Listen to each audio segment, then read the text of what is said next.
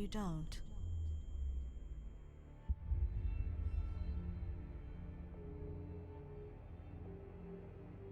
Nearly 2 years after the end of Volume 8 of RWBY, we finally get an official release date for Volume 9.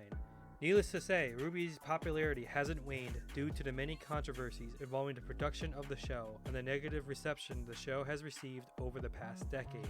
Despite a near 2-year gap between the end of Volume 8 and the release of Volume 9, the show is likely to garner a large number of viewers. But the question is, how long will this momentum last?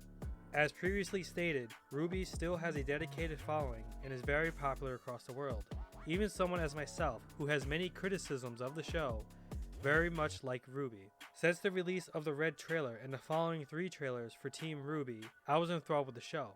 From its unique character designs to its high-octane fight scenes. There was a uniqueness to the world of Remnant, one brought to life by Monty who is the creator of the series and animator for Volumes 1 and 2 before his untimely passing.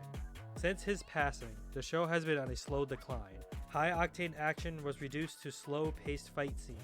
Characters spent more time sitting around and talking. Each volume increased the number of main and side characters to the point that few characters were getting proper development. Plotlines were retconned or abandoned, and that's just the tip of the iceberg. This doesn't include the many controversies happening behind the scenes with the production of the show and beyond, not to mention the divided and sometimes toxic fan base. Yet despite this mountain of controversy, RWBY's popularity hasn't waned. Many spin-offs and productions have been produced, making RWBY Rooster Teeth's cash cow and main source of income. So here we are, with the release of the RWBY Volume 9 trailer and an official release date, February 18th, exclusively on Crunchyroll. Wait, hold on. Exclusively on Crunchyroll? What? The hell is wrong with you? Yeah, without even going into the trailer, this is already a red flag. Typically, the release of an episode was locked behind a Rooster Teeth first paid subscription, but the episode would then be released for free for the public. This has been the standard for years. For Volume 9 to be locked behind a subscription of another platform is worrisome, especially because now those who enjoyed watching the show for free now have to subscribe to another platform that is dedicated to anime. Sure, for anime lovers such as myself, that is not an issue, but not everyone who watches RWBY watches anime, and this restricted access to the show could hinder viewership of the show upon release.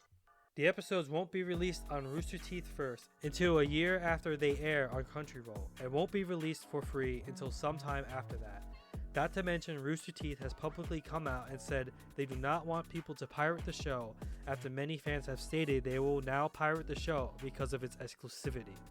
Let's be honest, when a company comes out and says not to pirate their content, that only encourages people to pirate said content. The code is more what you call guidelines than actual rules. On top of that, Rooster Teeth asking people not to pirate RWBY shows they lack some confidence in the show's performance. As for what's in the trailer, it's a mixed bag. Since Volume 3, the main focus of the show has been between the 4 relics, the 4 maidens, and the main antagonist Salem. The journey of the characters, good and evil, surrounds acquiring the 4 relics.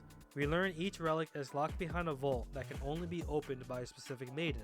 We learn about how the world of Remnant was created and the origins of Salem, how she used to be Osbin's wife, and how Osbin, who is now Oscar, is one of the many incarnations of Ozma.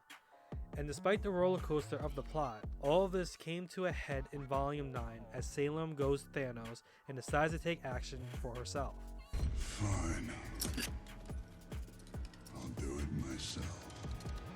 And yet somehow, the story takes an odd left turn as our main 4 heroines end up in another dimension or world.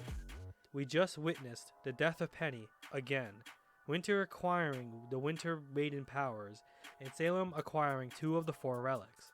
So why are we in a new location that has nothing to do with what the main story has been about for the past decade? That is irrelevant. Is it? Volume 9 seems to continue the trend of the characters and locations being based off fairy tales, legends, and mythologies. This new world seems to be based off Alice in Wonderland. The first half of the trailer is a complete tone shift from the end of Volume 8, where John was forced to kill Penny so that Winter would get the maiden powers rather than Cinder, and where we thought Team RWBY and John died, while Winter and the survivors of the attack on Atlas face off against the horde of Grimm and Vacchio. but the trailer seems to insinuate that the first episodes of Volume 9 are more comical than serious. I mean, sure, it could be interesting to explore this new whimsical world, but what does this have to do with Salem, the relics, or the maidens? That is irrelevant. Is it? The second half of the trailer hints that the volume will eventually be serious, but there's little to no hints at what the main plot is, besides the characters needing to get home, and somehow the tree being the key to return to their world. There's no main baddie with a motive. John and Nero also enter this world, but the trailer only shows a glimpse of Nero, and there is no sign of John in this trailer. There's also a hint that Team RWBY, especially Ruby Rose, will go through major character development for once, but even that is vague.